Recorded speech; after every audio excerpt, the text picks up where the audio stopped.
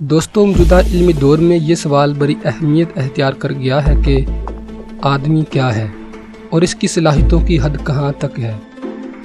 تخلیقی فارمولوں کا علم بتاتا ہے کہ آدم ذات کے ہزاروں روپ ہیں، بظاہر وہ خاک کا پتلا ہے، میکانیکی حرکیات پر مبنی گوشت، پوست، خون اور ہڈیوں کا ایک پیکر ہے۔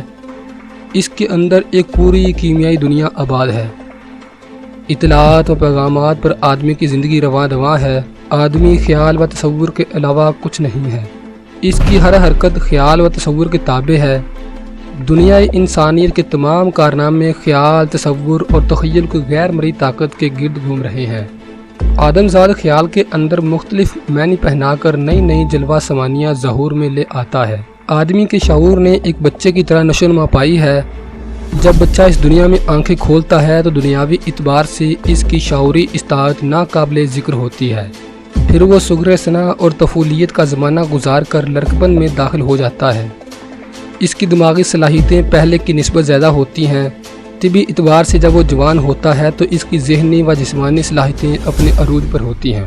اسی طرح نوع آدم کا شعور بھی آہستہ آہستہ ترقی کر کے موجودہ دنیا تک پہنچا ہے۔ دنیا میں جتنی بھی ترقی ہو چکی ہے، اس کے پیش نظر یہ نہیں کہا جا سکتا کہ یہ دور علم و فن اور تسخیر کائنات کے شباب کا دور ہے۔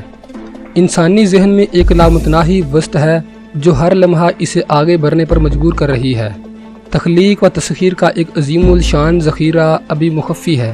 صلاحیتوں کا ایک حصہ منصۂ شہوت پر آ چکا ہے، لیکن انسانی انا کی ان گنت صلاحیتیں اور صفات ایسی ہیں جو ابھی مظہر خفی سے مظہر جلی آنے کے لیے برقرار ہیں۔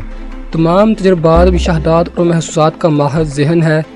جتنی ایجادات انسان سے صادر ہوئی ہیں، ان کو بھی ذہن کی کارفرمائی سے الگ نہیں کیا جا سکتا۔ جب انسان غور و فکر کرتا ہے تو ذہن میں وسعت پیدا ہوتی ہے اور کسی کلیے یا کسی نئے علم کا انکشاف ہوتا ہے۔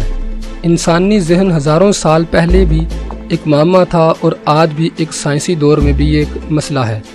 آج ہمارے پاس پہلے سے کہیں زیادہ علمی و تجرباتی ذرائع موجود ہیں جن کی مدد سے نئی نئی وضاحتیں دانشوروں کے سامنے آ رہی ہیں۔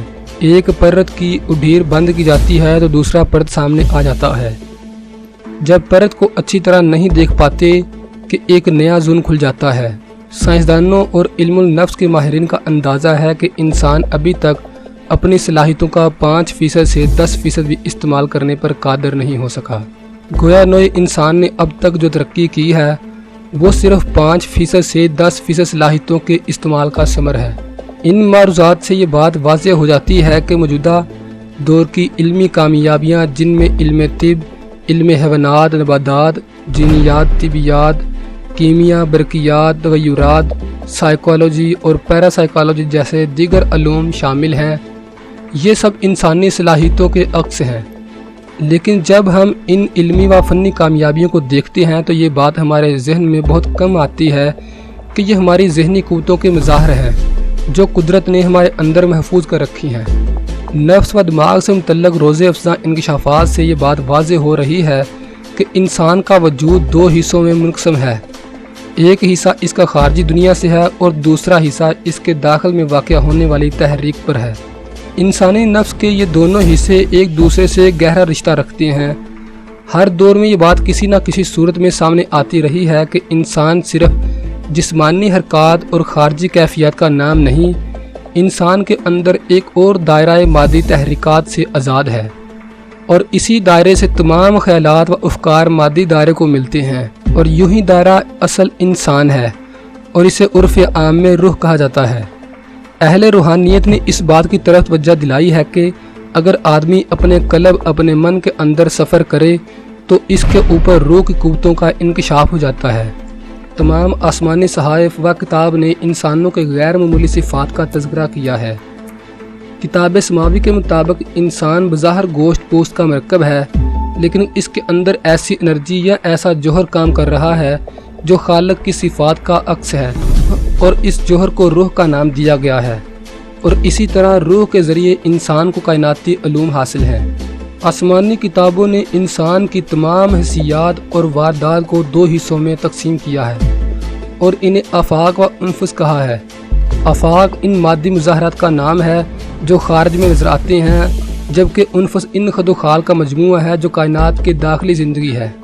انفس کے بارے میں انسانی علم ابھی تکمیل و ترقی کے ابتدائی مراحل میں ہے۔ چند سو سالوں پہلے علم طبی کے انکشافات و تجربات سحر و طلسم کی حیثیت رکھتے تھے اور ان پر بے یقینی اور پراسراریت کے پردے پڑے ہوئے تھے، لیکن آج ہم ان علوم سے حقیقت سابقہ کی طرح روشناس ہیں۔ فی زمانہ یوں ہی حال روح اور نفس کے علوم و حقائق کا ہے۔ دوستو، ویڈیو پسند آنے کی صورت میں اسے سبسکرائب کرتے ہوئے ساتھ موجود گھنٹی کے بٹن کو آن کر دیں۔ نیز ہمارے ان کاوشوں کا صلہ اسے لائک کر کے ضرور دیجیے۔